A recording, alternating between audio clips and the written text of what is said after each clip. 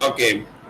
अच्छा, तो ये है कि हमने सबसे पहले तो इसका ना पूरा हमने ये काम जो जीनोमाइड एनालिसिस है नॉर्मली उसी के ऊपर ही हो सकता है जिसके ऊपर कि जीनोम सीक्वेंस हुआ हो, ठीक है।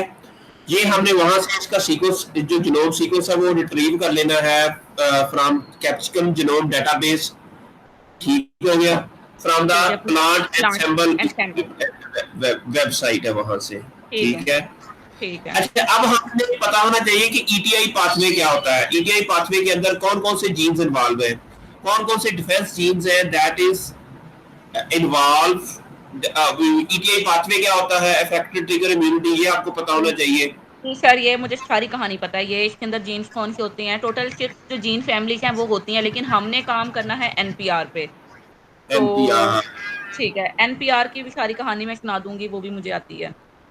तो ठीक है। अब एनपीआर पे क्यों काम करना है, हाँ, सर नेक्स्ट एनपीआर क्वेश्चन। पे।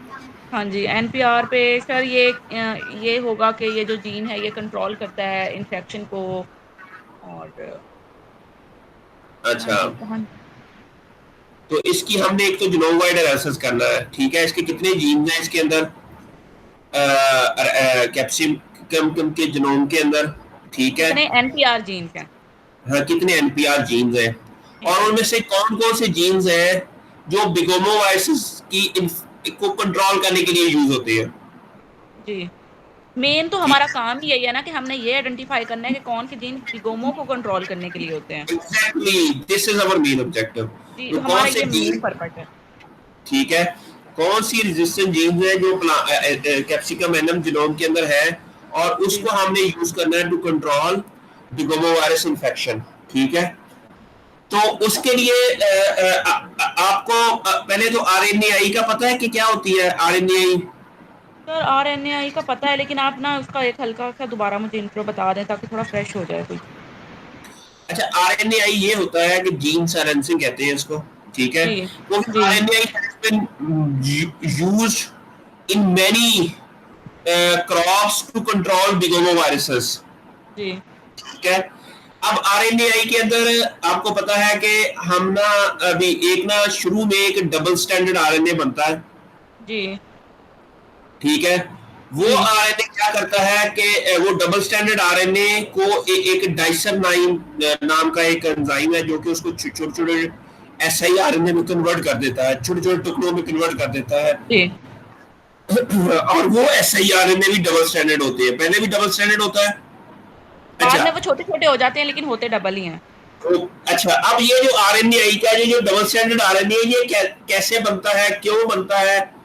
अच्छा, ये हम क्या करते हैं कि नॉर्मली वायरसेस का ही जीन लेते हैं, वायरसेस की ही डीएनए की सीक्वेंस लेते हैं कि उसको इस तरह क्लोन करते हैं कि जी। उससे जब जीन एक्सप्रेस होता है ना, तो जी। वायरसेस के जी सीक्वेंस का ही डबल स्टैंडर्ड आरएनए बन जाता है।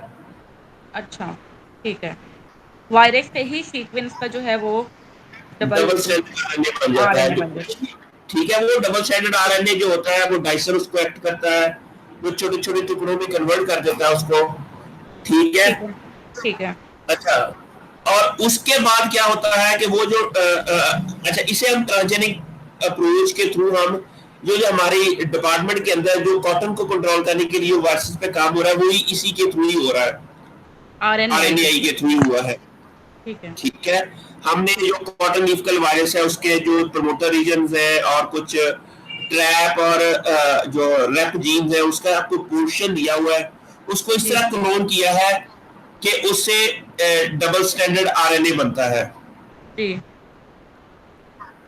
और वो आरएनए डबल स्टैंडर्ड आरएनए बनता है, उसके ऊपर जो है ना डाइसर एक्ट करता है, ठीक है। जी। अब डाइसर क्या क्या करता है कि उसको छोटे छोटे टुकड़ों में जी, कन्वर्ट कन्वर्ट। कर देता है, क्या कर, जी। ठीक है। अच्छा, जब वो छोटे छोटे टुकड़े, वो भी नॉर्मली 21 बेस पेयर के होते हैं, कितने के होते हैं, 21 पेज पे है। 21 बेस पेयर के होते हैं, और ठीक है। उसके अंदर ये उसको कन्वर्ट कर देता है। जी। और वो एसआई आरएनए भी उसको कौन डाइसर एक्ट करता है, डाइसर क्या जी। करता है कि वो स्मॉल आरएनए जो डबल स्टैंडर्ड आरएनए है जी। उसको कट करके चॉप डाउन करके जी। उसको इसके अंदर कन्वर्ट कर देता है छोटे छोटे टुकड़ों के अंदर। जी अच्छा, और उसके बाद क्या होता है कि ये मैं अभी एक ये मेरे पास खुली है वेबसाइट, सर प्रेजेंटेशन है, मैं इससे थोड़ा सा आपको आरएनए के बारे में थोड़ा सा ब्रीफ करता हूँ।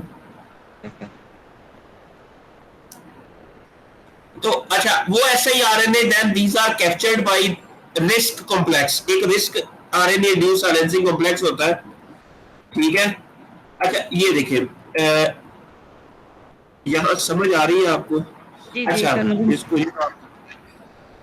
अच्छा ये देखिए, ये डबल स्टैंडर्ड आरएनए हम बनाते हैं, एक्सप्रेस हाँ जी कराते हैं, जिसके अंदर ये जी सेंस ओरिएंटेशन है, ये उसकी एंटी सेंस ओरिएंटेशन है।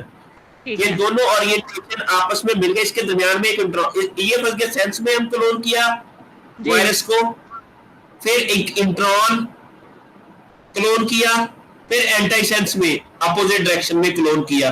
जब ये एक केसेट बनाते हैं जो कि हम क्लोन करते हैं एक प्लाज्मिड के अंदर, ठीक है।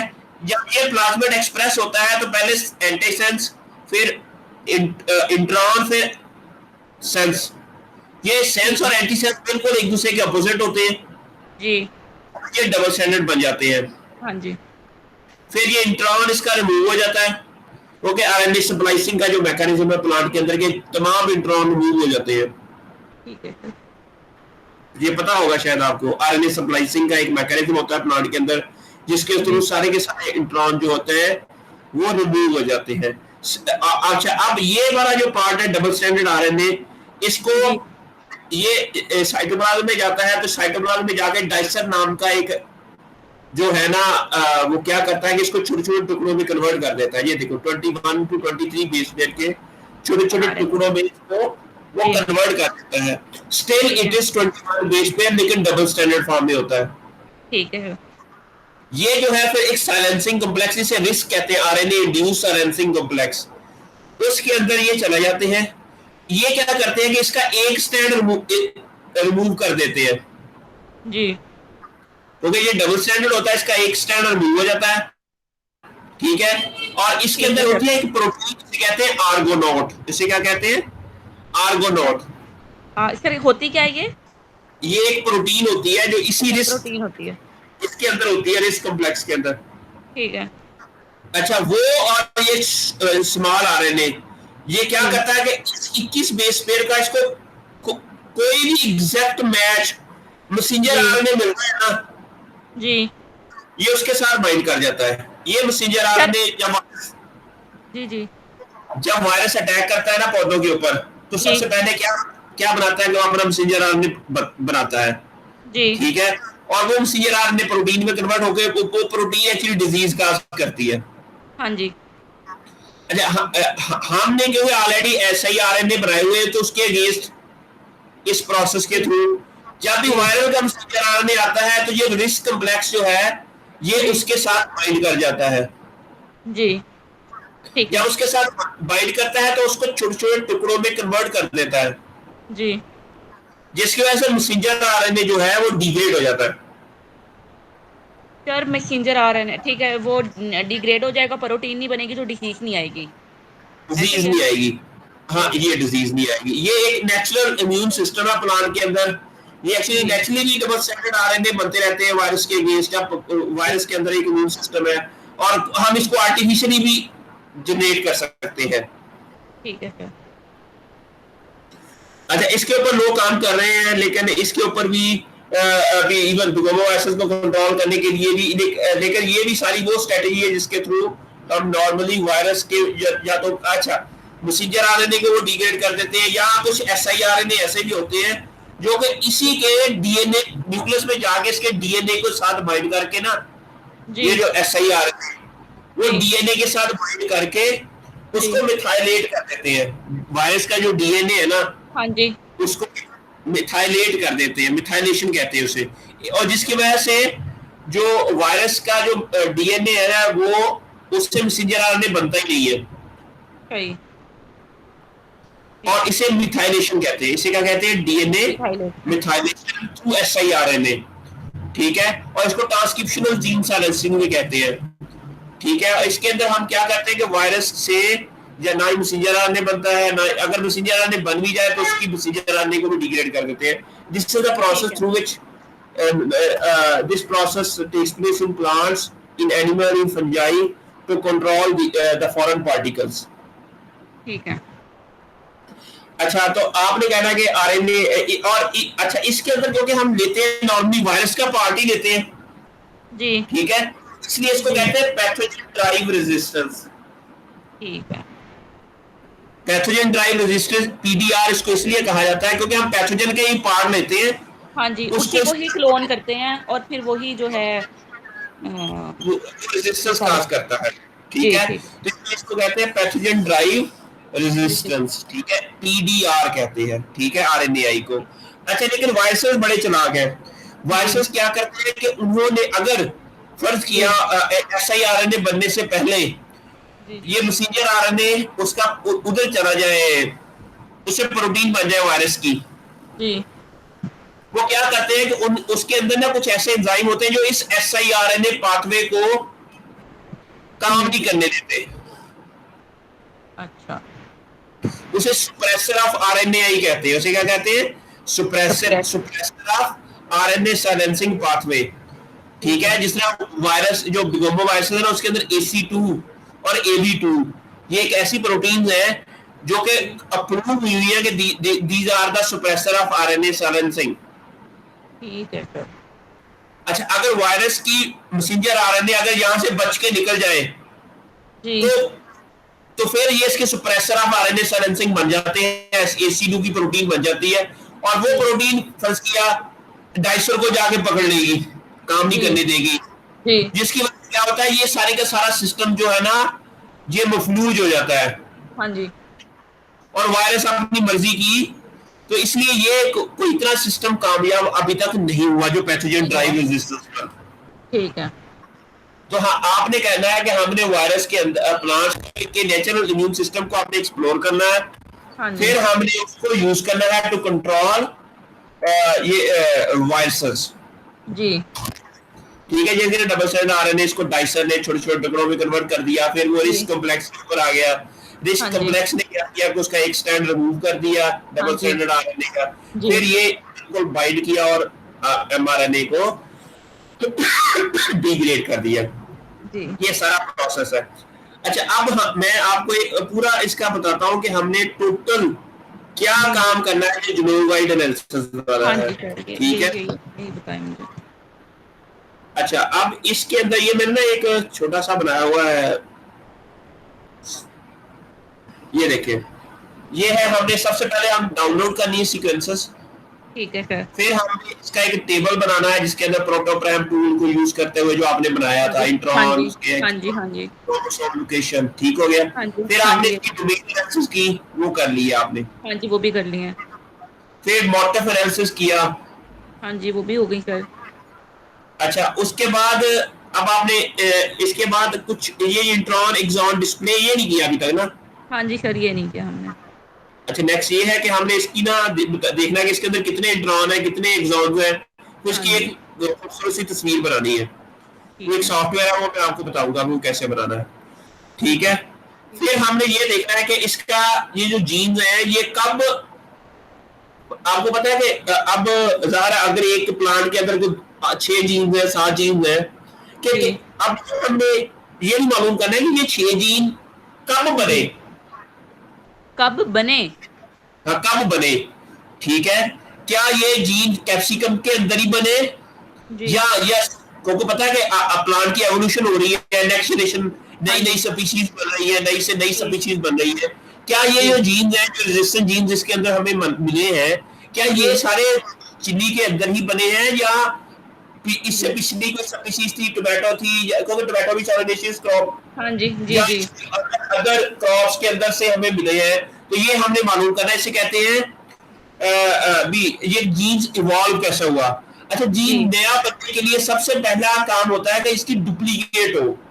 एक जीन है ना, हाँ जी सर। जीन जो है वो सबसे पहले उसका डुप्लीकेशन होती है, मतलब क्रोमोसोम नंबर 1 पे ऊपर एक जीन है, जी उसका क्या होगा, सबसे पहले डुप्लीकेट भी उसकी कॉपी बनेगी और वो जी। फर्ज किया क्रोमोसोम नंबर 5 पे चली जाए, ठीक मतलब खैर एक जो जीन होता है उसकी लाजमी एक कॉपी होती है। नहीं, कॉपी बनती है, फर्ज किया वो बनी अच्छा और वो बनती। क्रोमोसोम नंबर से क्रोमोसोम से अलग हो गई। जी, लेकिन अच्छा, फिर बनेगी और जरूर। नहीं, देयर इज अ पॉसिबिलिटी कि जो नए जीन्स कैसे बनते हैं, ये मैं बताने की कोशिश कर रहा हूँ। अच्छा अच्छा अच्छा अच्छा। भी नए जीन्स कैसे बनते हैं। अच्छा, जी फर्ज किया एक जीन कोई अभी इतनी ज्यादा तो पता वो होती है, क्रॉसिंग ओवर होती है, फिर जी माइटोसिस होती है, इतनी ज्यादा भी फर्ज किया इतनी ज्यादा सेल डिवीजन होती है कि सम टाइम ऐसा होता है कि किसी एक सेल डिवीजन के दौरान, मेरी कहता है कि हर सेल डिवीजन के दौरान देयर इज अ जी पॉसिबिलिटी कि 15 25 30 लाख या मिलियन सेल डिवीजन के बाद एक सेल डिवीजन के दौरान ऐसा कोई इन्वायरमेंटल फैक्टर्स आया जिसकी वजह से जब जीन जी कॉपी हो रहा था, वो कॉपी जी होने की बजाय उसका एक सेगमेंट अलग हो गया, जी और वो सेगमेंट क्रोमोसोम नंबर 5 पे चला गया। जी ठीक है, मेरी बात जी। की समझ आ गई। हाँ जी अच्छा, सर, आ अब गई है। अच्छा वहां जाके इसके अंदर म्यूटेशन आ गई, या उसके अंदर कोई नई चीजें, कोई नई डोमेन्स आ गई, इस तरह के नए जी जीन्स इवॉल्व होते हैं। ठीक है सर। मेरी बात की समझ आई है आपको। हाँ जी इस आ तरह गई के है सर। नए जीन्स इवॉल्व होते हैं। अब हमने जी ये भी, हमारे पास कुछ टूल्स है के और के एस रेशो के थ्रू हमें पता चल जाएगा कि ये जीन्स कब इवॉल्व हुए, कितने हम्म मिलियन ईयर पहले इवॉल्व हुए, इसको टाइम हम्म कितना लगा, क्या ये चीनी के अंदर ही इवॉल्व हुए या इसकी एवोल्यूशन किसी और ऑर्गेनिज्म के अंदर हुई, फिर हाँ वहां जी। से ये चीनी के अंदर आई। ये सारी हमने कहानी मालूम करनी है इसके अंदर। तो ये के एंड के एस रेशो में हम यही चीज फाइंड करेंगे। एग्जैक्टली के ए कहते हैं कि आपको पता है कि म्यूटेशन दो तरह की होती है। एक होती है सब्स्टिट्यूशन म्यूटेशन, एक होती है नॉन सब्स्टिट्यूशन म्यूटेशन। अच्छा, एक म्यूटेशन ऐसी होती है जिसके अगर फर्ज किया आपको पता है कोडॉन्स होते हैं जो जाके अमाइनो एसिड को कोड करते हैं। जी एक एक अमाइनो एसिड को सम टाइम ऐसा हाँ भी होता जी। है कि तीन मैं आपको अभी मैं कोडॉन का ना एक टेबल निकालता हूँ। जी जी ये है टेबल, ठीक है, जी ये देखिए। हाँ जी अच्छा, फर्ज किया ये जो है ना सी सी यू जी। प्रोलीन को कोड करता है। सी किसको कोड सी करते हैं? सी प्रोलीन को, अमाइनो एसिड है प्रोलीन, हाँ जी ठीक है। ये सी सी सी सी ये भी जी प्रोलीन को कोड करता है। हाँ सी जी सी ए सारे प्रोलीन को कोड करते हैं। कोड कर रहे हैं, ठीक। अच्छा, ये वाला जो एसीयू है ये जी थायरोसिन। जी अच्छा, अगर ये सी सी यू, अच्छा हाँ जी अगर ये यू की जगह या सी सी सी की जगह ए आ जी जाए, जी अगर ये सीक्वेंस हो और हाँ इसके जी अंदर म्यूटेशन आ जाए, सी की जगह ए आ जाए, हाँ तब भी जी। प्रोलीन ही मिलेगा। प्रोलीन ही होगा जी सर। इसे नॉन सब्स्टिट्यूशन म्यूटेशन कहते हैं, ठीक है सर। जिससे कोई फर्क नहीं पड़ता हाँ जी प्रोटीन की स्ट्रक्चर के ऊपर। अच्छा, हाँ लेकिन जी अगर इस दरमियान वाला सी जो है हाँ जी इसकी जगह, ठीक है, हाँ दरमियान जी वाला जो सी है इसकी जगह ए आ जाए, हाँ जी तो इससे क्या, कौन सा अमीनो एसिड बनेगा, हिस्टिडीन। जी सर, हिस्टडीन बनेगा। इसे सब्स्टिट्यूशन म्यूटेशन कहते हैं, ये लीथल म्यूटेशन है। ठीक सर, कौन सी म्यूटेशन है, लीथल? लीथल जो इतने जाके प्रोटीन की स्ट्रक्चर चेंज कर दे। हाँ जी ठीक है सर। ठीक है, अब जी हम यही मालूम करते हैं, एक तो ये मालूम करते हैं कि इसके अंदर ये डुप्लीकेशन हुई कब है, और दूसरा जी बेस्ड ऑन दीज म्यूटेशंस, और इस इवन हम टाइम भी मालूम कर लेते हैं। वो मैं सारी कहानी आपको ये कैसे करनी है वो मैं आपको ज़रा वो पूरा एक तरीका है जिसके थ्रू ये हम मालूम करते हैं। जी सर। सर वही पिछला पेज खोल लें, वो वाला, हाँ जी, ये वाला। ये वाला। अच्छा, हाँ जी उसके बाद फिर हमने ये सिस रेगुलेटरी एलिमेंट एनालिसिस करना है। अच्छा, अब जी सिस सर। रेगुलेटरी क्या होते हैं, ये क्या होता है सिस रेगुलेटरी एलिमेंट्स। अच्छा, मैं आपको बताता हूँ कि अब मैं आपको जीन स्ट्रक्चर प्रमोटर्स। जी अच्छा, अब ये देखिए बच्चे, ये है, ठीक है, जी अच्छा ये प्रमोटर है, ये हाँ आपको जी नजर आ रहा है। हाँ जी, आ रहा है सर। ये तो मैंने आपको पहले भी कई बार बताया कि तीन पार्ट होते हैं, एक होता है प्रमोटर, हाँ एक जी होता है ओपन रेटिंग, एक हाँ होता जी है टर्मिनेटर। हाँ जी अच्छा, जो भी अच्छा, अब ये जीन है, ये ओपन फ्रेम है, आगे टर्मिनेटर है, समझो। ठीक ये है वाला इस जीन से मैसेंजर आरएनए बनना है, इस पार्ट से मैसेंजर आरएनए बनना है, सर। लेकिन ओपन इसको रीडिंग फ्रेम से कंट्रोल, बनता है ना? हाँ, ओपन फ्रेम से मैसेंजर आरएनए बनता है, जी सर। लेकिन इसको कंट्रोल कौन करता है? प्रमोटर। प्रमोटर कंट्रोल करता है। अच्छा, ठीक है। अब प्रमोटर जब तक एक्टिवेट नहीं होगा, जीन हाँ, एक्टिवेट नहीं होगा, जीन नहीं होगा। एक्टिवेट नहीं होगा, तो क्या होगा कि वो नहीं होगा, क्या कि ट्रांसक्रिप्शन नहीं होगी। जी। अच्छा, अब प्रमोटर को एक्टिवेट कौन करता है? अच्छा, प्रमोटर को एक्टिवेट करने के लिए ट्रांसक्रिप्शन फैक्टर्स होते हैं, क्या होते हैं? Transcription factor. पता है ट्रांसक्रिप्शन फैक्टर्स क्या होते हैं? जी सर। अच्छा, वो एक्चुअली ये जो होता है ना आपका प्रमोटर्स रीजन, इसके अंदर ना कुछ साइट्स होती है, लाइक टाटा बॉक्स हो गया, जी फॉक्स हो गया, फिर आगे आ गया आपका कोई भी इस तरह ट्रिपल जी ए बॉक्स, ये डिफरेंट तरह के ना बॉक्सेस होते हैं। वो मैं आपको अभी एक और प्रेजेंटेशन है, वो मैं आपको दिखाता हूँ, उससे सर आपको ये अंदाजा प्रमोटर होगा। के अंदर होते हैं ना? ये प्रमोटर रीजन के अंदर हाँ होते हैं, हाँ, प्रमोटर एग्जैक्टली रीजन के ये अंदर। प्रमोटर रीजन के अंदर होते हैं। ठीक है। और उसी के अंदर ही ट्रांसक्रिप्शन फैक्टर आके बाइंड करते हैं, हम्म। ठीक है। जब ये वो ट्रांसक्रिप्शन फैक्टर बाइंड करते हैं तब उसकी ट्रांसक्रिप्शन होती है। सर ट्रांसक्रिप्शन फैक्टर उस वो बॉक्सेस जो हैं उसके साथ जाके अटैच होंगे तब जो है वो ट्रांसक्रिप्शन होगी। यही कहा है ना आपने? तब ट्रांसक्रिप्शन होगी, एग्जैक्टली ये मैं और आपको सर यही कहना चाह रहा था। प्रोमोटर तभी एक्टिवेट होगा तो ट्रांसक्रिप्शन होगी, मतलब उसको एक्टिवेट करने के लिए पहले जाके टीएफ जो है वो अटैच होगा, फिर वो एक्टिवेट होगा और फिर ट्रांसक्रिप्शन होगी। ऐसे ही है? Exactly exactly. ठीक अब है। ये देखो ना, ये हमारे पास ना एक सीक्वेंस है, ये वाली मैंने रखी हुई है इधर, हाँ जी ठीक ठीक है। है। इसके अंदर हमें कैसे पता चलेगा कि प्रमोटर रीजन कौन सा है, टर्मिनेटर कहाँ है, पर ओपन रीडिंग फ्रेम कहाँ है, ठीक है। ये मैंने आप हम्म। लोगों को शायद पहले भी कहानी पढ़ाई थी कि हाँ जो है होता है दुनिया के तमाम open reading frame they start with ATG, जी और उसका स्टॉप बनाना होता है जी। T A A T G A. Stop बनाम तीन होते हैं, ये देखे ना, हाँ ऑपरेटिंग जी स्टार्ट विद एटीजी, और इसके जी। तीन होते हैं स्टॉप, टॉप टू डाउन। ठीक है। जी। और स्टार्ट और स्टॉप डाउन के दरमियान में जो सीक्वेंस होती है उसी वो से ओपन ही रीडिंग होती ओपन उसे रीडिंग। ओपन रीडिंग फ्रेम कहते हैं, ठीक हो ठीक है गया। सर। हाँ जी। बात की समझ आ गई आपको? हाँ जी अच्छा, आ गई। अब ये जो है एटीजी से पीछे जो भी हाँ अगर जी हमें सीक्वेंस मिलती है, एटीजी से पीछे ये प्रमोटर हाँ रीजन होता है। ठीक है। अब इसके अंदर बड़े इंपॉर्टेंट बॉक्सेस होते हैं, इसे जिसका कैट बॉक्स हो गया, टाटा बॉक्स हो गया, हाँ जी।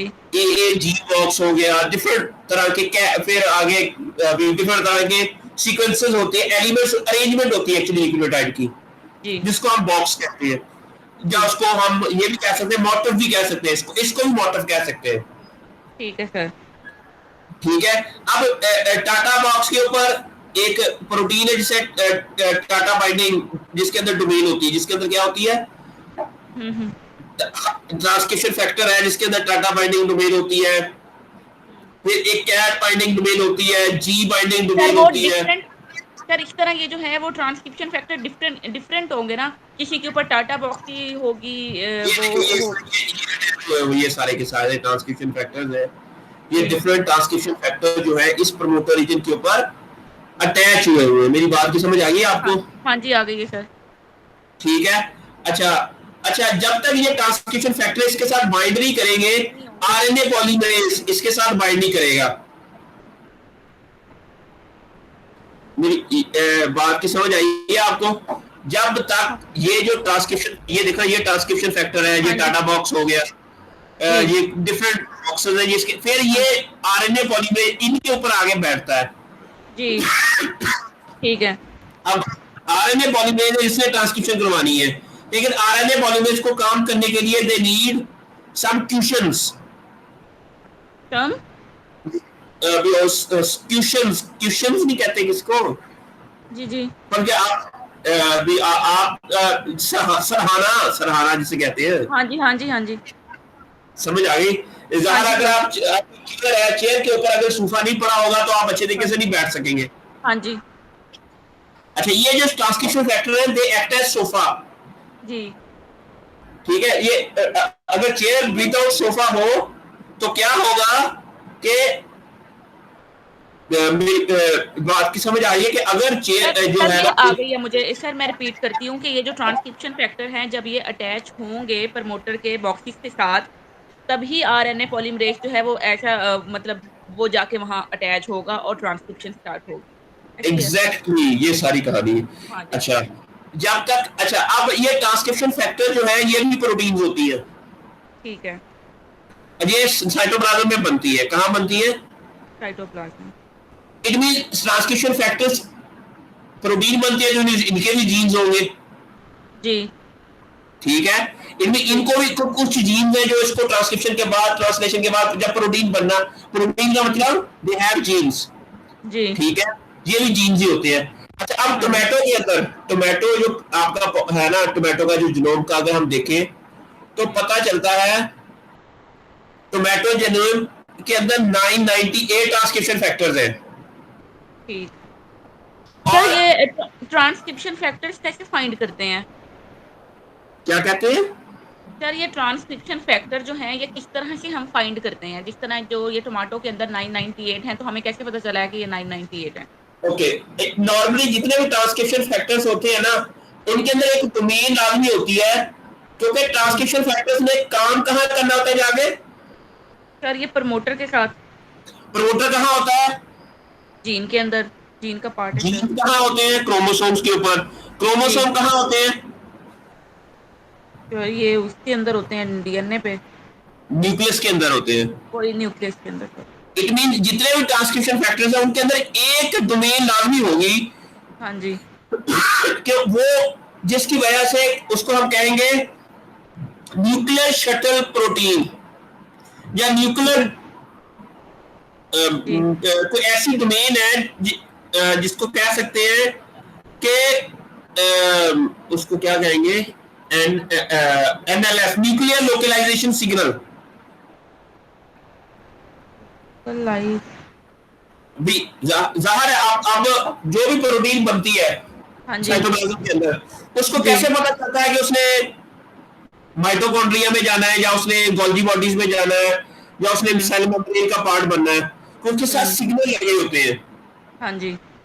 वो सिग्नल उसको बताते हैं कि no, you are the part of cytoplasm, you are the, you will remain in mitochondria, या आप गोल्गी बॉडीज में जाएंगे, या आप बैक टू न्यूक्लियस जाएंगे। तो ये सारे उसके अंदर सिग्नल लगे होते हैं। तो लोगों ने आइडेंटिफाई किए हुए हैं कि वो कौन से सिग्नल हैं जो नॉर्मली ट्रांसक्रिप्शन फैक्टर के साथ होते हैं, जी। और उस सिग्नल से वो पहचान लेते हैं कि ये जो ट्रांसक्रिप्शन फैक्टर्स हैं, नॉर्मली तमाम ट्रांसक्रिप्शन फैक्टर्स, क्योंकि इन्होंने प्रोमोटर रीजन के साथ बाइंड करना होता है, और जी। इन तमाम के अंदर ज़ाहिर है इन्होंने साइटोप्लाज्म में बनना होता है राइबोसोम्स के ऊपर, फिर इन्होंने न्यूक्लियस में जाना होता है। जी। मेरी बात की समझ आ गई है आपको? हाँ जी, आ गई है सर। एक तो ये तरीका है, और दूसरा इसके अंदर ना नॉर्मली डीएनए बाइंडिंग डोमेन्स होती है, जी। क्योंकि ज़ाहिर है इन्होंने डीएनए के साथ जाकर बाइंड करना। बाइंड करना होता है। ये सॉफ्टवेयर जो है वो डेटाबेसेस भी है हमारे पास, क्योंकि वो हमें बता देते हैं कि इसके अंदर कितने ट्रांसक्रिप्शन फैक्टर्स हैं और कितने नहीं है। जी। ट्रांसक्रिप्शन फैक्टर डेटाबेसेस है। ठीक है सर। ठीक है, अच्छा अब ये कह रहा है कि टोमेटो का जो जीनोम है ना, उसके हम्म। अंदर 998, और टोटल जीन जो है ना टोमेटो के अंदर वो है 34,000।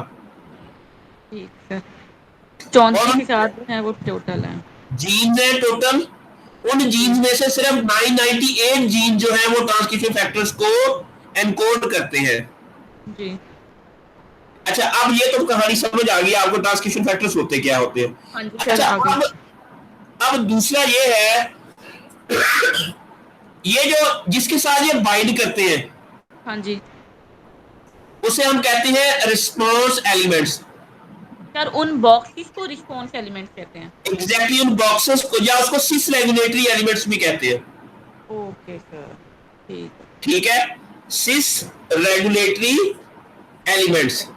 अच्छा, दो तरह के एलिमेंट्स होते हैं जो ट्रांसक्रिप्शन में हेल्प करते हैं। एक होते हैं सिस, जो कि प्रोमोटर रीजन के अंदर होते हैं। सर किस एक रीजन के होते हैं अंदर? प्रमोटर के अंदर? ये जो डिफरेंट बॉक्सेस है, हाँ जी, ये सिस रेगुलेटरी एलिमेंट्स है। एक हाँ होते जी, हैं ट्रांस रेगुलेटरी एलिमेंट्स, जी। वो होते हैं ट्रांसक्रिप्शन फैक्टर्स। अच्छा, वो ट्रांसक्रिप्शन फैक्टर्स होते हैं, और ये जो सिस रेगुलेटरी हैं, ये वो वाले बॉक्सेस होते हैं जो प्रमोटर के अंदर होते हैं। Exactly exactly. अब सिस और ट्रांस का मतलब क्या होता है? सिस का मतलब होता है लोकल, लोकल, ठीक है। साथ साथ, या कह सकते हैं साथ साथ। फर्स्ट का एक बच्चा है, स्टूडेंट है, लाहौर जी, शहर में पैदा हुआ जी, और वो पंजाब यूनिवर्सिटी में पढ़ रहा है, तो उसे हम सिस स्टूडेंट कहेंगे। जी, लोकल, लाहौर में पैदा हुआ जी, और लोकल वो लाहौर में पढ़ रहा है। लेकिन अगर कोई स्टूडेंट है जो साहिवाल में पैदा हुआ लेकिन पढ़ वो लाहौर में रहा है, तो उसे हम जी, ट्रांस कहेंगे। ठीक है सर। इसी तरह जो ट्रांसक्रिप्शन फैक्टर्स है वो पैदा होते हैं नाइबोसोम में। सर किसके अंदर?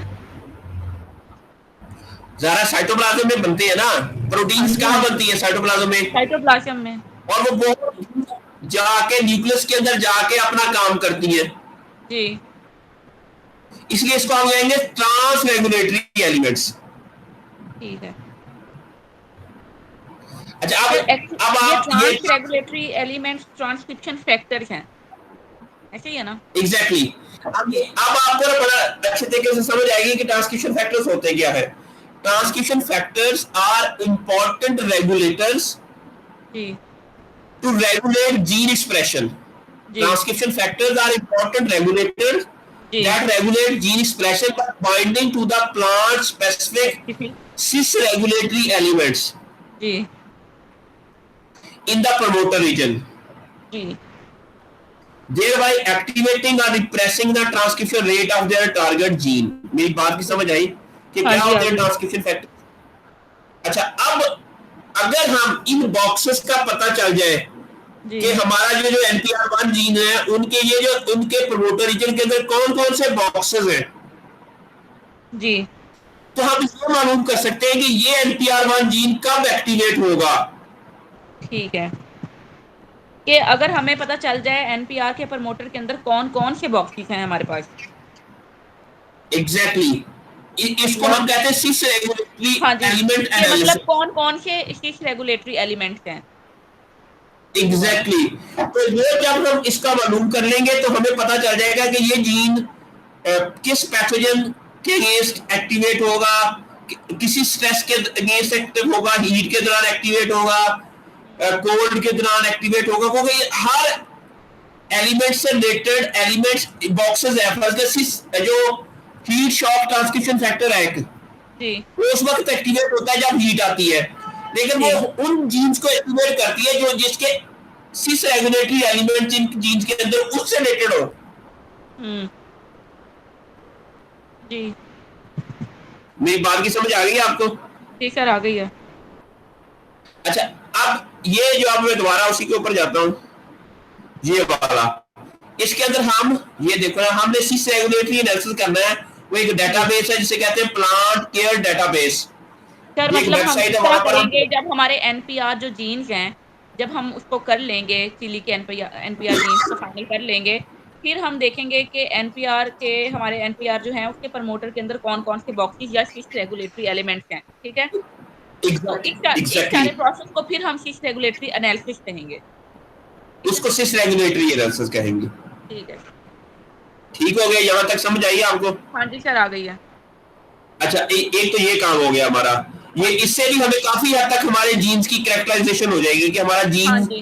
कब कब या फर्ज किया या किस जगह, फर्ज के हुँ, रूट के अंदर एक्सप्रेस होगा, शूट के अंदर, इवन इसके हुँ, भी एलिमेंट्स होते हैं सिस रेगुलेटरी एलिमेंट्स। हुँ, जो जीन रूट के अंदर एक्सप्रेस होते हैं उनके सिस रेगुलेटरी एलिमेंट्स और तरह के होते हैं।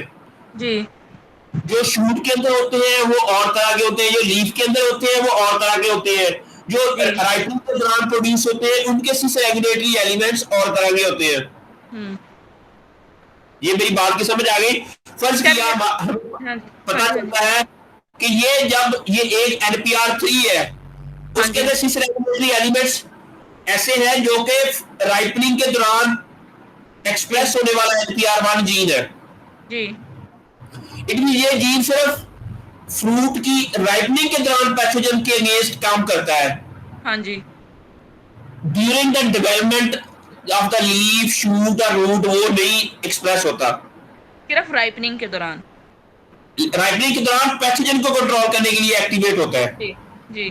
मेरी बात की समझ आ गई है आपको? खैर आ गई है। ये सारा काम, इतना हम काम दे लो, हम कंप्यूटर पे बैठे ही कर एनालाइज कर लेंगे। सही है।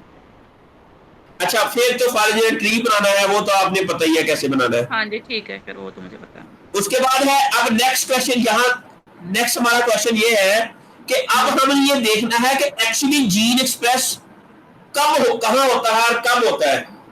जी। एक तो है ना वो सिस रेगुलेटरी एनिमेट एनालिसिस, हमें थोड़ा फौरन अंदाजा हो जाएगा। हुँ। अब हमने क्या करना है, नेक्स्ट क्वेश्चन ये है कि क्या कोई ऐसा डेटाबेस है जी, जिससे जिससे हम कोई डाटा लें जिससे हमें ये पता चल जाए कि हमारा जीन कहाँ एक्सप्रेस होता है। जी।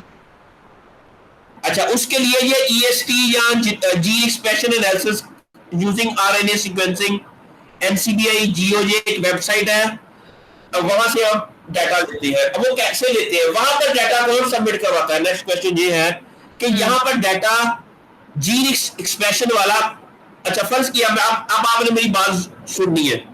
ठीक है सर।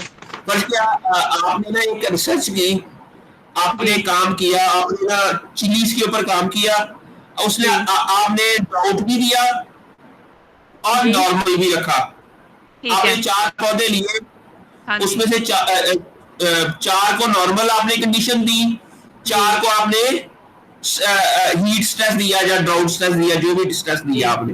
अब जी। आपने दोनों के रूट, शूट, लीफ, फ्रूट हुँ। हर जगह से मैसेंजर आरएनए आइसोलेट किया, ठीक है। नॉर्मल से भी, और स्ट्रेस वाले से भी। स्ट्रेस वाले से भी। फिर हुँ। आपने क्या किया कि उस आज के नेक्स्ट जनरेशन सीक्वेंसिंग टेक्नोलॉजी ऐसी है कि ऑल जीन जो एक्सप्रेस हुए होते हैं वो हमें पता चल जाते हैं एक ही रिएक्शन से। ठीक है। अच्छा, आपने क्या किया कि वो डाटा मैसेंजर आरएनए आइसोलेट किया, फिर उसको डीएनए में कन्वर्ट किया, फिर उससे नेक्स्ट जनरेशन सीक्वेंसिंग करवा के हमें पता चल जाएगा कि रूट के अंदर, शूट के अंदर, लीफ के अंदर कौन कौन से जीन एक्सप्रेस हुए। ठीक है, फिर हुँ। आपने कंपेयर कर लिया विद कंट्रोल के, कौन से जो कंट्रोल के अंदर एक्सप्रेस हो रहे हैं, कौन से जब ड्राउट के दौरान। हुँ। आपने सिर्फ ठीक है। वो जीन का डाटा मैनिपुलेट करके आपने ये आइडेंटिफाई कर लिया कि ये जीन्स है जो कि ड्राउट रिलेटेड है, और आपने पेपर पब्लिश कर दिया। ठीक है। लेकिन आपका डाटा जनरेट हुआ था, हाँ जी। हाँ जी, आपने हमने अपना सिर्फ डाटा ड्राउट को एनसी, देखा। ठीक है। आपके पास ड्राउट रिलेटेड भी है और नॉर्मल कंडीशन में भी है डाटा। हाँ जी। अब आपने दोनों डाटे जी, एनसीबीआई जियो में एक वेबसाइट है, वहां जाके आपने सबमिट करवा दिए। जी, अब आपने फर्ज किया मैंने काम करना है वायरसेस, अब मैं एनपीआर 1 के ऊपर काम कर रहा हूं। अब जी। मैंने ये चेक करना है कि मेरा जीन क्या एक्सप्रेस हुआ है नॉर्मल कंडीशन के अंदर, सही। क्योंकि उन्होंने जीन की आईडी दिए होंगे सारे बीच में। हुँ। वहां से आप अपना जीन आईडी डालते जाएंगे तो वो हमें बता देगा कि एनपीआर 1 जीन रूट के अंदर एक्सप्रेस हुआ है, शूट के अंदर हुआ है, लीफ के अंदर हुआ है, फ्रूट के अंदर हुआ है, या हुँ। कहा और कितना एक्सप्रेस हुआ है नॉर्मल कंडीशन के अंदर। सर ये कितना का क्या मतलब होता है कि कितना एक्सप्रेस, इसका क्या मतलब होता है? मतलब एक अच्छा, में हुआ है या नहीं हुआ? तो ये कितना, ये चीज़ मुझे बता दें थोड़ा। एक होती है क्वालिटी, एक होती है क्वांटिटी। जी, एक होता है क्वालिटेटिव एनालिसिस, एक होता है क्वांटिटेटिव एनालिसिस। क्वांटिटेटिव। जी, अच्छा, क्वालिटी ये है कि ये फर्ज किया पता चल जाए कि सिर्फ ये पता चल जाए कि ये मैंगो ही है। हाँ जी, अच्छा, या ये पता चल जाए कि इसको वायरस है, वायरस का अटैक हुआ है इसके ऊपर। हाँ जी, अच्छा, वायरस के कितने मॉलिक्यूल है इसके अंदर, जी, उसे क्वांटिटी कहते हैं। तो ये 100 मॉलिक्यूल है, 150 मॉलिक्यूल है, 50 मॉलिक्यूल है। अगर फिर जो डॉक्टर है उसके मुताबिक डिवाइस करता है कि इसको ज्यादा इन्फेक्शन है या कम इन्फेक्शन है। हुँ। सर आप इस इस तरह कह लें कि मतलब वो माइल्ड है या स्क्वेयर है, ये वाली जो हम टर्म यूज़ करते हैं, यही यही होगी ना? एग्जैक्टली, इसी हाँ जी। तरह एनसीबीए जो जीन एक्सप्रेशन भी है, ये भी है फर्ज के एक जीन का एक्सप्रेशन ये हो सकता है कि वो उसके 500 मैसेंजर आरएनए के मॉलिक्यूल बने, जी।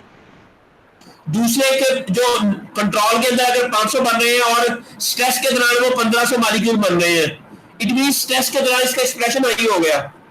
हाँ जी। अब 1500 को जब हम 500 पे डिवाइड करते हैं तो कितना बनता है? 1500 को 500 पे डिवाइड करें, सर ये 3 बनेगा ना? 3 फोल्ड एक्सप्रेशन ज्यादा है। जी।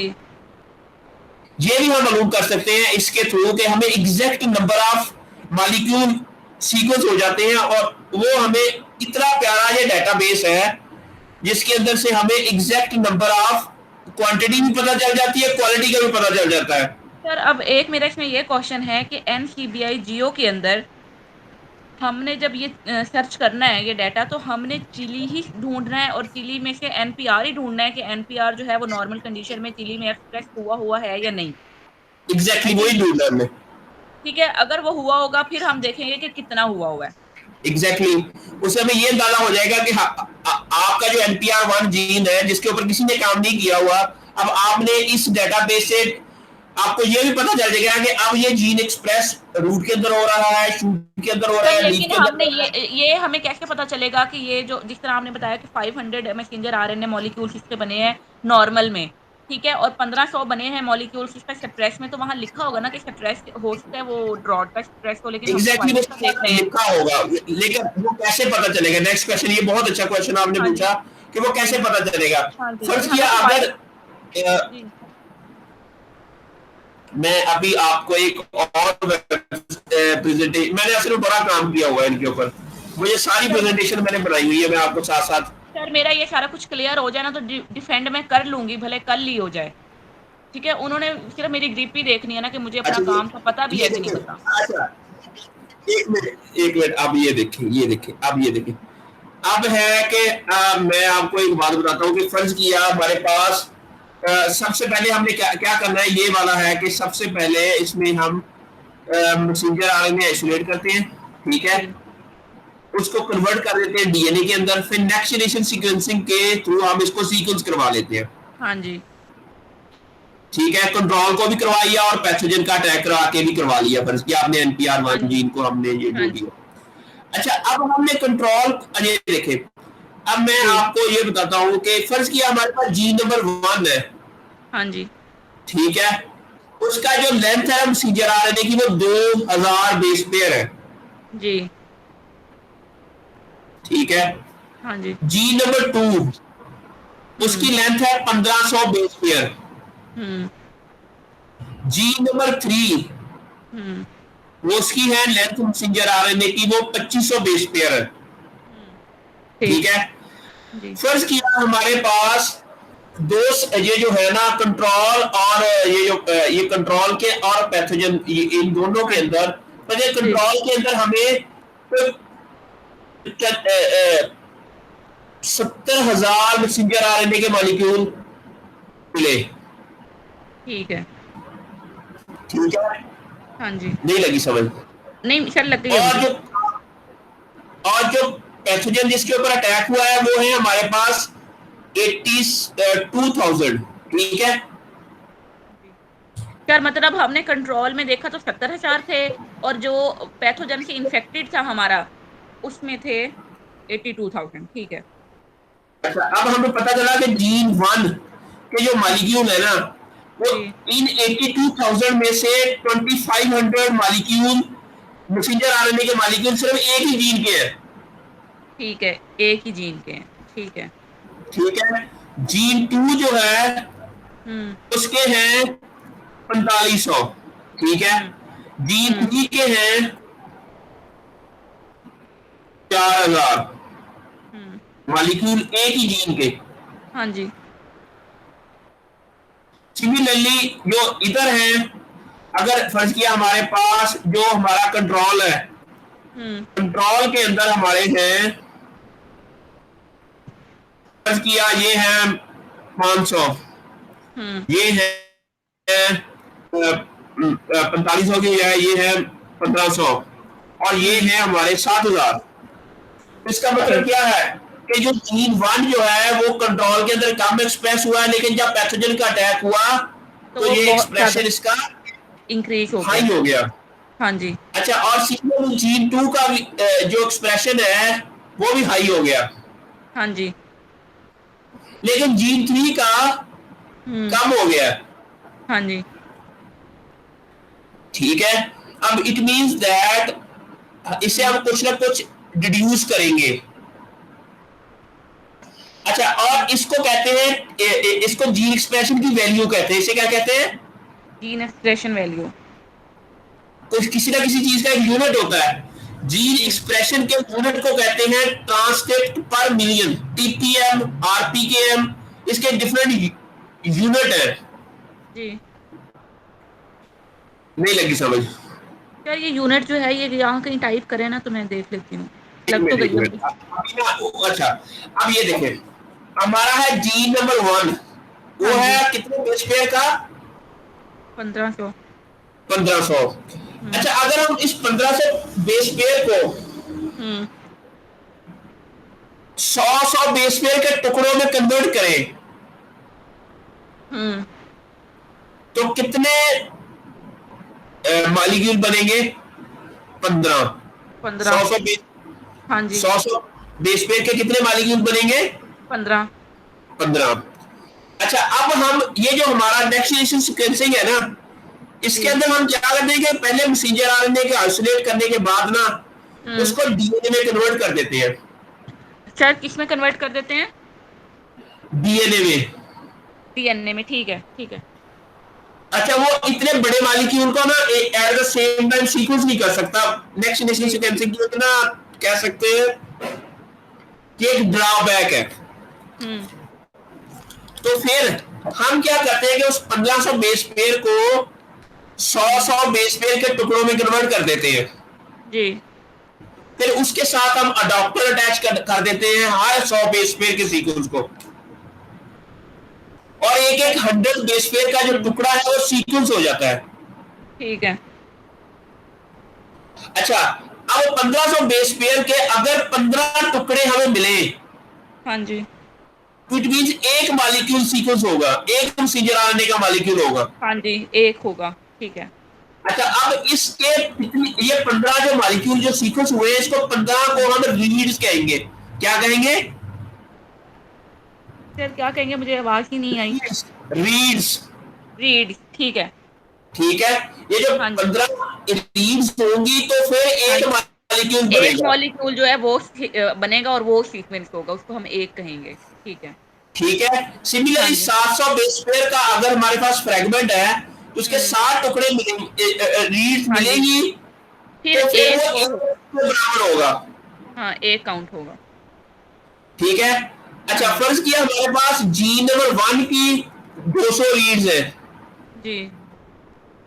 और जीन नंबर टू की भी 200 रीड्स है, किसका एक्सप्रेशन ज्यादा है? सर एक मिनट सर, ये ऊपर वाले का। किसका? सर ये एक मिनट, सर ये 700 वाले का ज्यादा होगा। एग्जैक्टली 700 वाले का ज्यादा होगा, क्योंकि उसकी रीड ज्यादा है। हाँ जी। कम ऐसा, कम रीड्स होंगी तो एक मॉलिक्यूल बनेगा। इसको हम 7 पे डिवाइड करेंगे, हाँ जी। इसको हम 15 पे डिवाइड 15 करेंगे। पे करेंगे। ठीक है। अब 200 को 15 पे डिवाइड करो,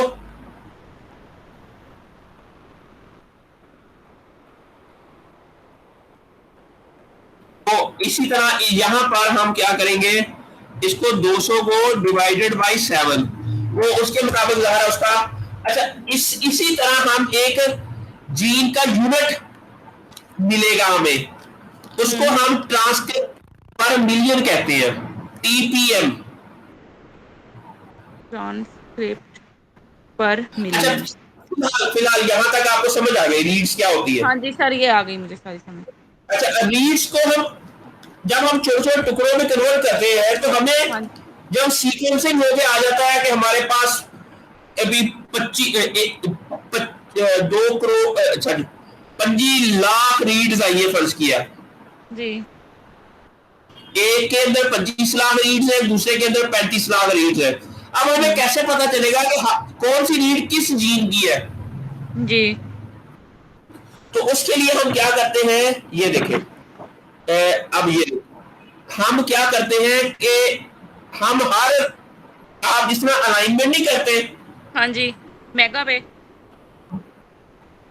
ये ये हमारा टोटल जीनोम सीक्वेंस है।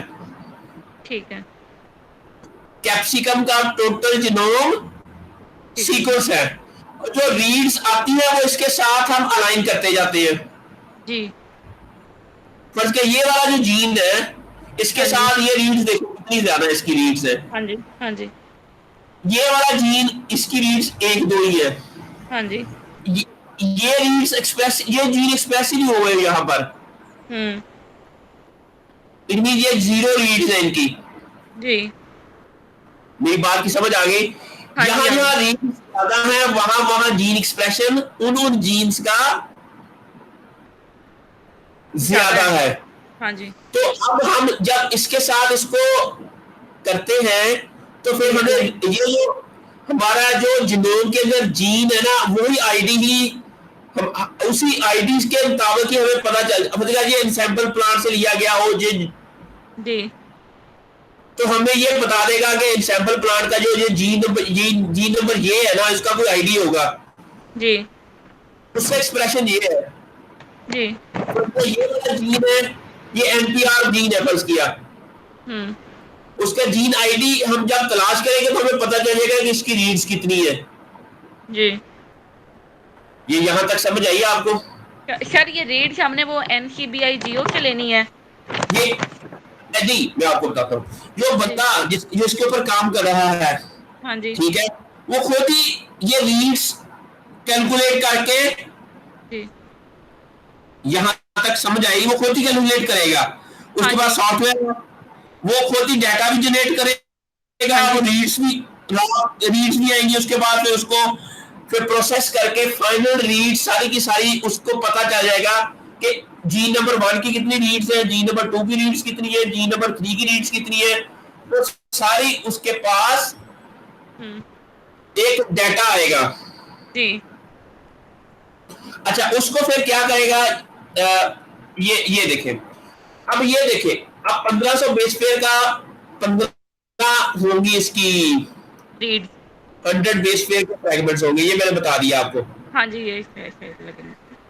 अच्छा, अब फिर एक वो फार्मूला होगा, ये देखिए, उसको है कहते हैं रीड्स पर किलोबेस पर मिलियन मैप रीड्स, आरपीकेएम वैल्यू, जो मैंने आपको बताया था, ये जीन एक्सप्रेशन का यूनिट है, हुँ। ठीक है। आरपीकेएम। ठीक है। जी, अब इसके अंदर हम ये ना, इसके अंदर सी जो है, number of reads map to the gene, एक जी, स्पेसिफिक जीन के साथ जो रीड्स मैप हुई हुई है उसे हम सी कहेंगे। जी। एक जीन की कितनी रीड्स है, हुँ। ठीक है। उनका मतलब है टोटल मैप रीड्स, टोटल कितनी उस सैंपल के अंदर से रीड्स आई है। जी, ठीक है। एल जो है वो मैसेंजर आरएनए की लेंथ कितनी है।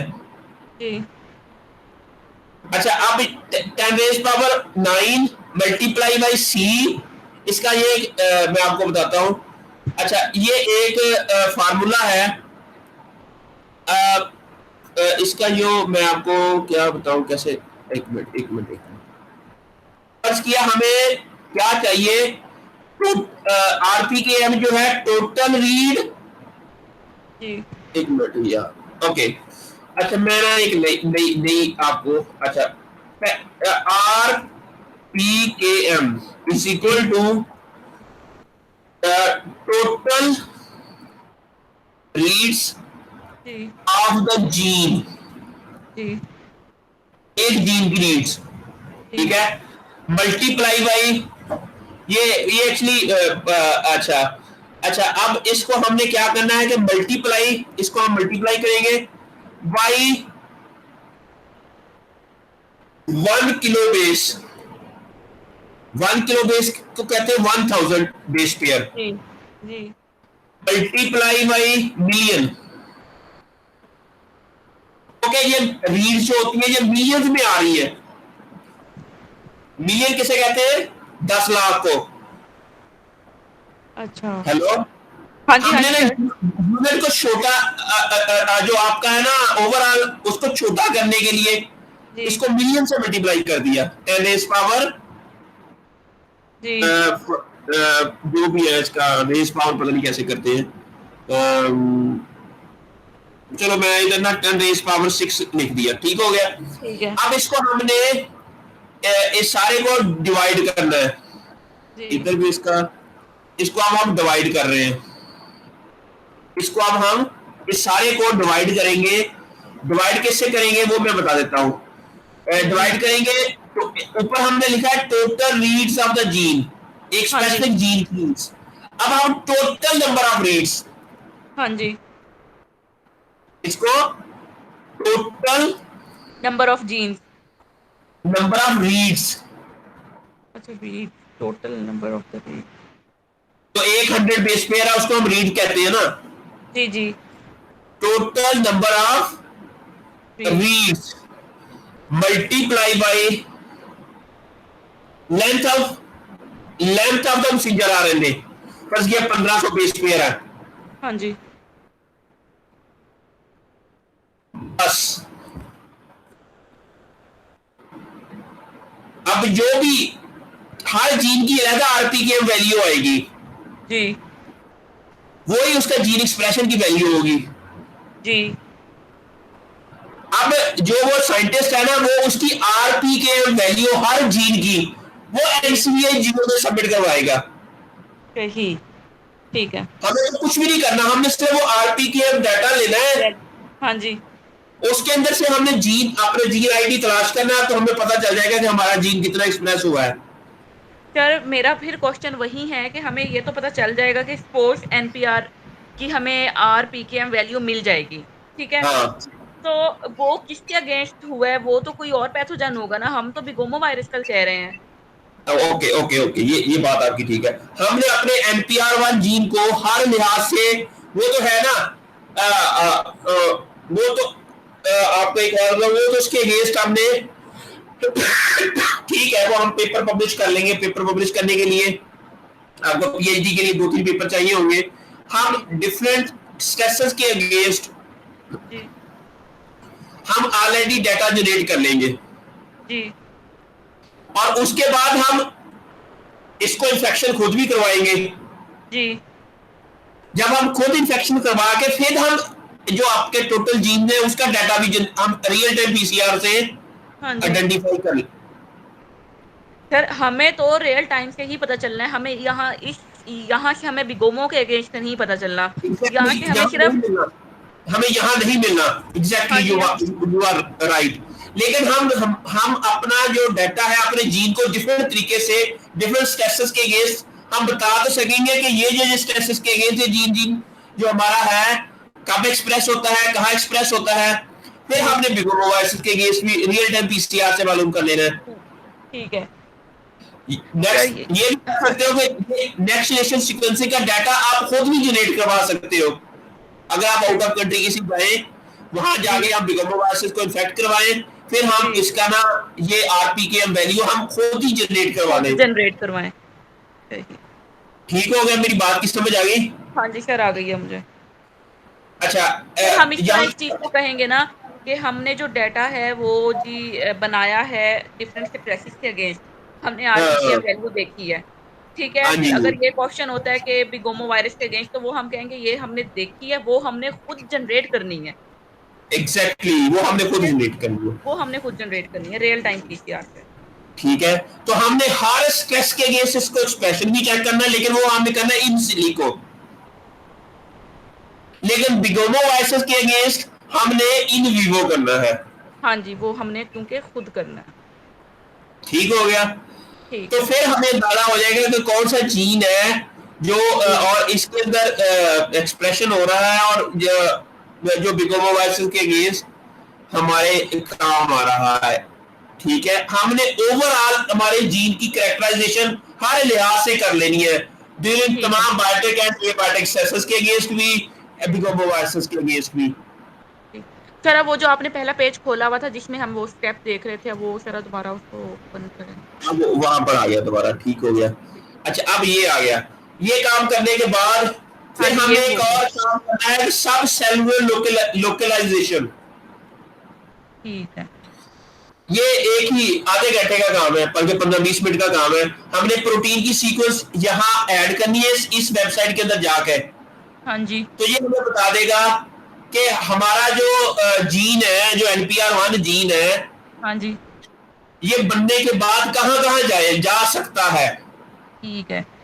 सर इसमें मतलब हमने देखना है कि हमारा जो NPR1 है वो बनेगा जब मतलब एक्सप्रेस हो जाएगा तो फिर वो कहाँ-कहाँ उसकी पॉसिबिलिटी है जाएगा जाने की। ठीक है। उसके वो सिग्नल्स रीड करेगा ये वेबसाइट। वो हमें बता देगा कि ये इसकी सब सेलुलर का मतलब सेल के अंदर ये गोल्गी हुँ। बॉडी में जाएगा, ये न्यूक्लियस में जाएगा, ये साइटोप्लाज्म में रहेगा, या सेल मेम्ब्रेन का पार्ट बनेगा सर तो कहीं। NPR जीन के तो हम सीक्वेंस अलग कर लेंगे, ठीक है? हाँ बस वही सीक्वेंस हमने उठा के इस वेबसाइट पे डाल देने हैं, वो तो बाकी एग्जैक्टली, फिर छोटा-सा काम एक होगा। 2 मिनट का काम है, ये 3 से 4 हाँ, मिनट का काम है। हाँ, वो मुझे लग गई समझ के बस हमने फिर इससे ये पता चल जाएगा कि ये कहाँ-कहाँ जाएगा। अच्छा अब ये एक और वेबसाइट है जहाँ पर न्यूक्लियर लोकलाइजेशन सिग्नल का पता चल जाता है कि आपकी प्रोटीन के अंदर न्यूक्लियर लोकलाइजेशन सिग्नल है कि नहीं। हुँ, ट्रांसक्रिप्शन फैक्टर का पता चल जाता है। सही। ठीक है, सर ये भी एक ये वही सिग्नल है ना जो बताते हैं प्रोटीन को कि यहाँ जाना है या वहाँ जाना है? एग्जैक्टली वो सारे हाँ जी, सिग्नल हमें ठीक। 1 मिनट में बता देंगे। फिर हमने एक सिंटनी एनालिसिस करना है। हमने वो के और के एस और सिंटनी वाला, ये दोनों हमें ना, अब हम देखेंगे कि इसके होमोलॉग टोमेटो के अंदर कितने हैं, या हुँ, जो हमारा जीन है ये इससे मिलता जुलता रैबिडोप्सिस के अंदर क्या है, वो मैं पूरा आपको बताऊंगा। ये थोड़ा सा मुश्किल काम है जो कि हमें 1 हफ्ता लगेगा टोटल काम करने में ये। हुँ। ठीक है, मतलब उसके इसमें लिए हमने हमें होमोलॉग्स देखने हैं। इसलिए हमने होमोलॉग और ओके, पैरालॉग्स देखने हैं। ठीक ठीक है, हो गया। होमोलॉग्स और फिर पैरेलल। हमने क्रोमोसोमल मैपिंग करनी है, ठीक है। हमारे जीन किस किस के ऊपर है और कौन सा आपस में डुप्लीकेट है कौन सा नहीं है, वो हम लाइन में लगा के वो एक वो कर लेंगे, वो इजी है। सर मतलब हमारा जो जीन है वो किस-किस क्रोमोसोम नंबर के ऊपर है? एग्जैक्टली ये बड़ा इजी है, वो इतना मुश्किल नहीं है। ये वेबसाइट है, इसके ऊपर जाएंगे हम, अपने जीन की लोकेशन लिखेंगे, टोटल लेंथ ऑफ क्रोमोसोम लिखेंगे उसके अंदर, बल्कि हमारे पास 10 क्रोमोसोम है, हर क्रोमोसोम की टोटल लेंथ लिखेंगे। फिर हुँ, हम कहेंगे ठीक। कि हमारा जो जीन नंबर 1 है वो इस लोकेशन के ऊपर यहाँ से लेकर यहाँ तक है, दूसरा जीन जो है वो क्रोमोसोम नंबर 3 के ऊपर यहाँ से लेकर यहाँ पर है। वो सर ये सारा वही डाटा टेबल नहीं है जो बनाया था? एग्जैक्टली वही जो ये टेबल वही आपने बनाया टेबल है था, ना? इसी से हाँ जी, कि वो कहाँ डेटा से डाटा कहाँ तक है। लेके हमने ये वेबसाइट के ऊपर पेस्ट कर देना, तो वो उसने हमें मैप बना के दे देना। ठीक है, वो टेबल बन गया था, अब हमने सिर्फ मैप ही बनाना है। ठीक है, ये काम भी हो ठीक गया। हो गया। ठीक आगे है, है समझ ये गई। गो मैपिंग, ये करेंगे।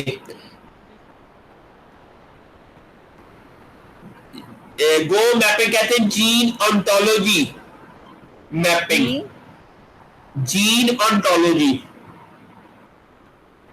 तो मुझे समझ जीन नहीं का आ रही। फंक्शन। अच्छा जीन यार का ये अभी अच्छा। तक यहाँ तक काफी है, बाकी कल पढ़ा लूं। सर बस ये 16 स्टेप 2 ही स्टेप रह गए हैं, बस ये करा ही दें। हाँ, जीन ऑन्टोलॉजी कहते हैं कि ये हमें बताता है कि जीन का फंक्शन क्या है। अब जीन ठीक है। के फंक्शन के लिए हमें क्या पता, अभी पिछले भी सारे हमने स्टेप नॉर्मल जीन फंक्शन के लिए ही किए हैं, हाँ लेकिन जी, ये वही समराइज करता है उनके सबको। ठीक है। सर हमारा तो एक अच्छा ही जीन होना है ना, NPR ही होना है हमारा तो। एग्जैक्टली। ठीक है, ये अच्छा उसी अब वही हमने समराइज़ कर देगा। अच्छा अब हम गो मैपिंग करेंगे, वो एक सॉफ्टवेयर है, वो उसके अंदर हम प्रोटीन की सीक्वेंस डालेंगे। अच्छा हुँ, अब आपको पता है कि जीन एंटोलॉजी के लिए 3 चीजें होनी चाहिए जीन के फंक्शन को स्टडी करने के लिए। जी, पहला फंक्शन, पहला हमें यह पता होना चाहिए कि वो कहाँ, सब सेलुलर लोकलाइजेशन क्या है उसकी, उसकी लोकलाइज़ेशन क्या है सब सेलुलर? ठीक वो है। प्लांट के सेल के किस पार्ट में जाएगा। हुँ, उससे भी हमें अंदाजा हो सकता है कि सेल का जीन का फंक्शन क्या होगा। अगर कोई जीन क्लोरोप्लास्ट के अंदर जाता है, हाँ जी, उसकी लोके इट भी उसका कोई तल्लक फोटोसिंथेसिस से रिलेटेड होगा। ठीक। अच्छा पहला है कि उसकी लोकेशन, हाँ जी। ठीक है। दूसरा है उसे कहते, एक होता है मॉलिक्यूलर फंक्शन, हुँ, सब सेलुलर लोकेशन, और हुँ, अच्छा तीसरा ये है कि उसका वो किस पाथवे के अंदर काम करेगा। फर्ज किया फोटोसिंथेसिस के अंदर काम करता है तो वो पूरा पाथवे है। जी। तीसरा कि उस पाथवे के अंदर एग्जैक्ट काम क्या है, क्या मॉलिक्यूलर फंक्शन क्या है उसका। हाँ फर्ज जी। किया कार्बन डाई रुबिस्को जो जीन है रुबिस्को, हाँ, हाँ तो जी। उसका काम क्या है कार्बन डाइऑक्साइड को फिक्स करना, हाँ जी। हवा में से कार्बन डाइऑक्साइड लेना, ये हाँ उसका जी। काम है।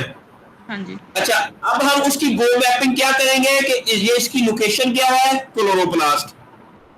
जी। ठीक। सेल्यूलर प्रोसेस कौन सा है, फोटोसिंथेसिस। हाँ जी। और मॉलिक्यूलर फंक्शन क्या है, कार्बन डाइऑक्साइड की फिक्सेशन। फिक्सेशन। ठीक। ये तीनों सही है चीजें सर। हम अपनी जीन की जनरेट करेंगे। ठीक है सर।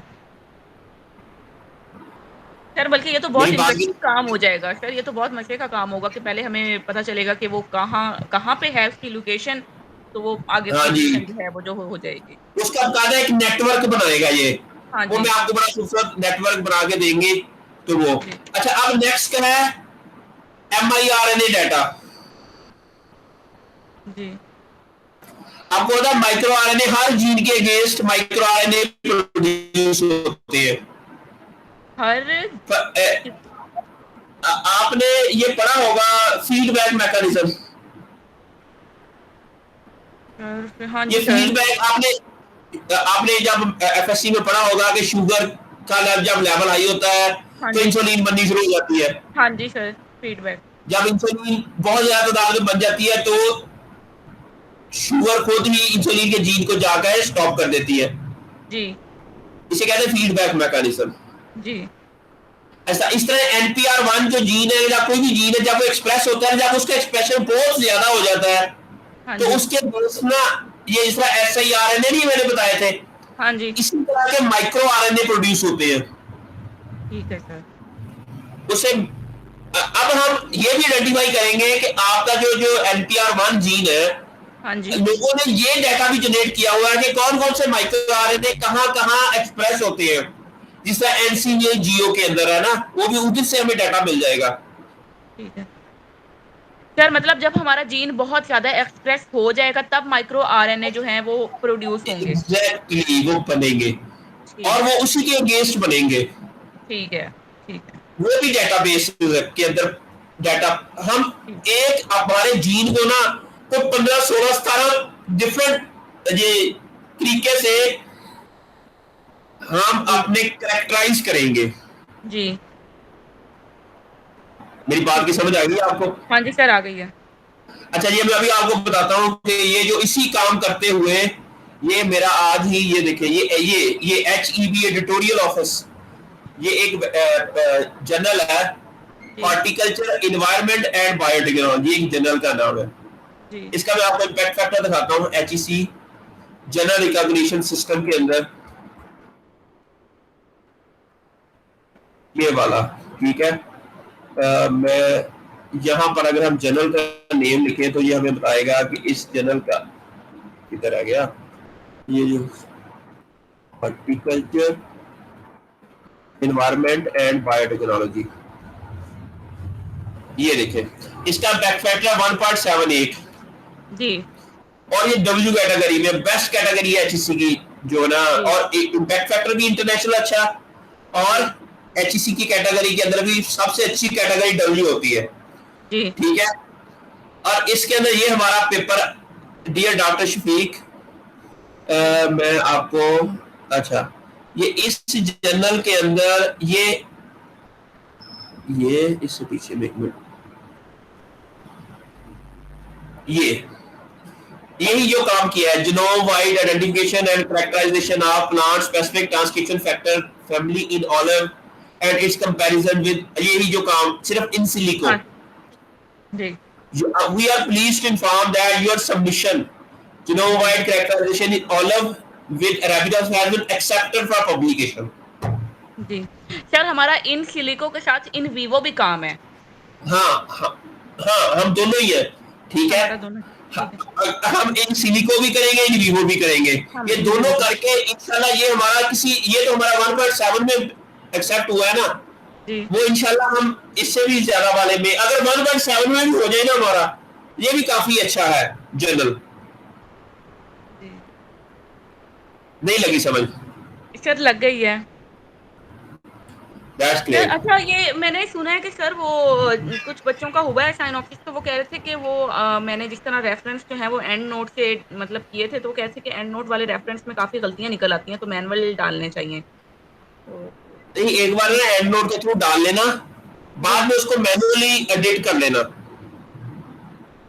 ठीक है सर एंड नोट वाले तो मैंने डाल लिए थे। हाँ बस वो डाल लिए ना, उसके मुताबिक ही करेंगे, लेकिन बाद में देखेंगे कि सब का ना अगर आपने हर रेफरेंस है ना, फर्ज किया ये मैं आपका ये देखता हूँ जो आपका सिनॉप्सिस है। आप एंड के ऊपर जाओ ना, ये देखें। अब यहाँ पर ये एग्रीकल्चर कॉर्नर है, ये जर्नल का नाम है। दूसरे के अंदर क्या है, international journal of molecular molecular science. Science. दोनों के अंदर अगर यहाँ पर ए बड़ा डाला हुआ है तो यहाँ पर भी ए बड़ा। अगर यहाँ पर एग्री कॉर्नर लिखा हो, एग्री हुँ, डॉट कॉर्नर, हाँ जी, तो सब के अंदर, इंटरनेशनल के अंदर भी INTR dot J dot molecular dot mol dot science dot, इस तरह अगर आपने सब के अंदर, जी। ठीक है, फुल नेम लिखा है तो सबके अंदर फुल ही होना चाहिए। एग्जैक्टली असमें यही मसला है कि एंड्रॉइड के अंदर ना समटाइम लोगों ने कभी फुल नाम दिया होता है, कभी अच्छा, शॉर्ट फॉर्म दी हुई थी। ठीक है सर। आपने एक बार वो मैं रेफरेंस सारे उसके चेक कर लूँगी। कर लेना, और ये देखना। और दूसरा, फिर ये सब के अंदर टैलिक होने चाहिए। ठीक है, साइंटिफिक नेम तो इटैलिक ही होने चाहिए सर। ये मेन बड़ा प्रॉब्लम होता है सबके अंदर। अब यहाँ पर नहीं हुआ हुआ, तो आपने इसको देख लेना। अगर यहाँ पर सब के अंदर फुल नेम साइंटिफिक दिया हुआ है तो आपने सबके अंदर साइंटिफिक नेम उसका फुल ही वो देना है, नहीं तो ठीक आपने। और अगर यहाँ पर ये एड इस तरह डाला हुआ है तो सब में हाँ ऐसे ही जी, डालना चाहिए। ठीक है सर, किसी जगह आप एड दूसरा डाल दें। ठीक है सर। और अगर ये चीजें मेन है, और इसी तरह ही ऊपर भी आपका स्टाइल सेम होना चाहिए। सही है, ठीक है सर।